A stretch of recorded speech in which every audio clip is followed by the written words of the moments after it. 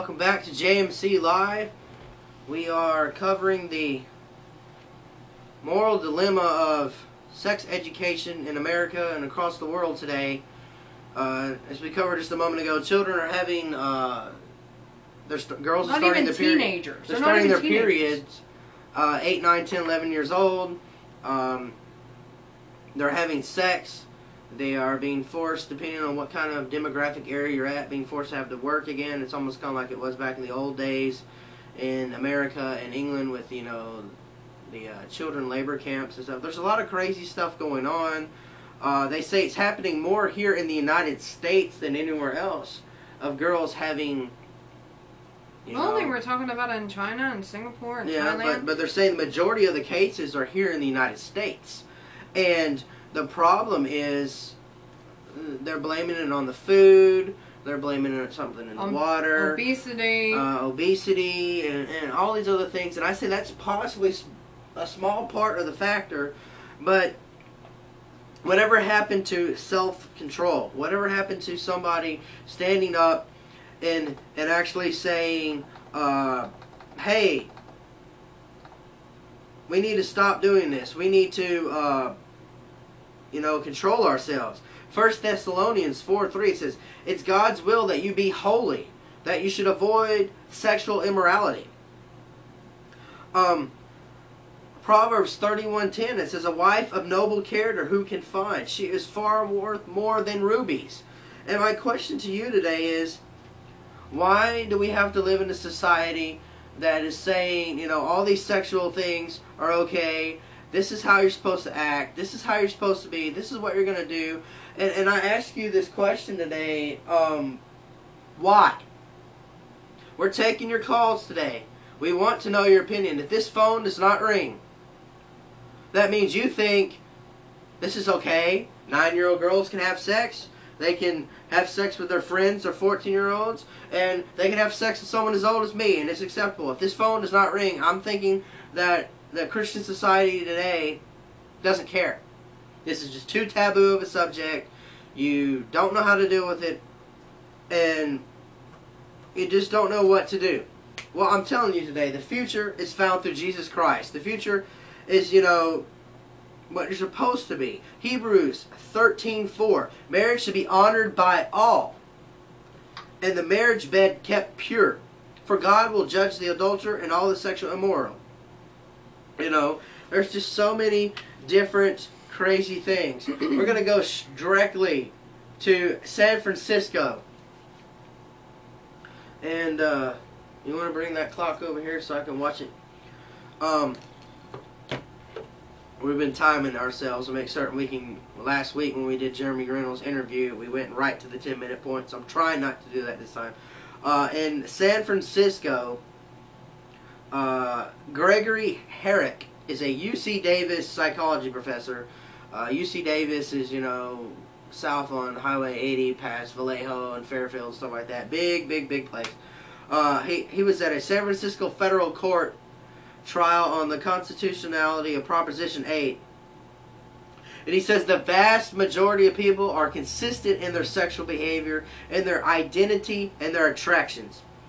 He believes 95% of self-identified gay men in the study which conducted, and 80 to 90% of lesbians believe they had little or no choice in their sexual orientation. That gays and lesbians are commonly had heterosexual partners possibly at one point in their life, typically due to youthful uncertainty and social pressures, but most ultimately can define their own sexuality. He believes that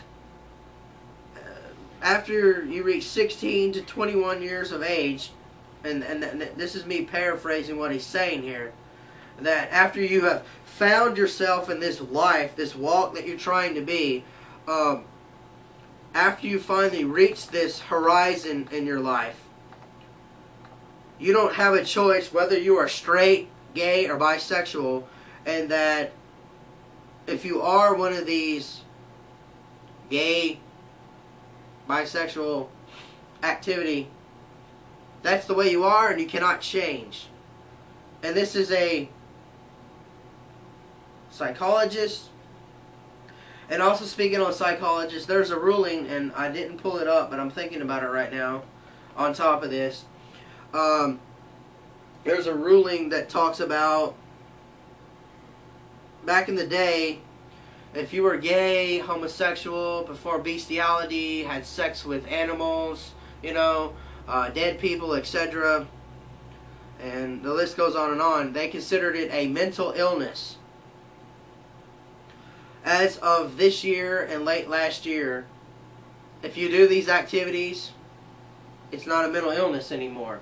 In fact, the Psychologists Association has removed sexual orientations off their list. So, if you like to play with your poop and pee, you're not crazy anymore. If you want to have sex with a kid, it's not a mental illness anymore. And this is just the first step towards the future of sex education for our children. They have a 10 to 20 year plan, and it's already starting today, where they're teaching 5-year-olds, according to a UN, how to masturbate. And we're not just saying masturbation is good for you. They're wanting to graphically describe in a diagram to someone who is young as 5 how to masturbate. And then they're going to have homework on this. And then they're going to have to talk to their parents about this. And say, Mommy, how do I do this? Daddy, how do I do this? And you wonder why, at the same point, you got a double standard where teachers are having sex with their kids, and kids are having sex with kids, or people my age are having sex, and they're going to jail. And this is part of the secular agenda. The age of sexual consent is going to be lowered. I don't have articles on this, but this is going to happen. The only way for talking about all this activity and saying it's okay, the whole system is going to change. Everything's going to change the reality of what you believe. This isn't something that's happening in the future. This is happening right now. This is not something that, you know, I'm just coming up out of my head. This is going on. You can go to PlannedParenthood.com. You can see the articles. You know, you can see the stuff. I was talking to somebody on Facebook earlier this week, and olden traditions talked about dowries, where families had to pay monies to get married. And depending on how you look at that, that was acceptable, that's not acceptable. But sex trafficking is very similar. Mm-hmm. You know, right now in Oregon, there was a story of a girl that went to Seattle, and or maybe she was in Washington. She went to Seattle, met this guy, and she just graduated high school, all A-star. And what happens is she gets offered a job at a strip club. He works at the strip club. He takes a portion of her monies. She can't go home. She's stuck there. And her boyfriend or friend found out, and they got her and got her out. Sex trafficking is here in America. You know, this isn't something new. We're going to take a break. And we're going to talk more about divorces and sexual orientations that are even more perverse than I've even covered yet. There's a lot of stuff we're going to cover tonight. We're going to try and get you all straightened out. And we're going to still take your calls. We'll return in a moment.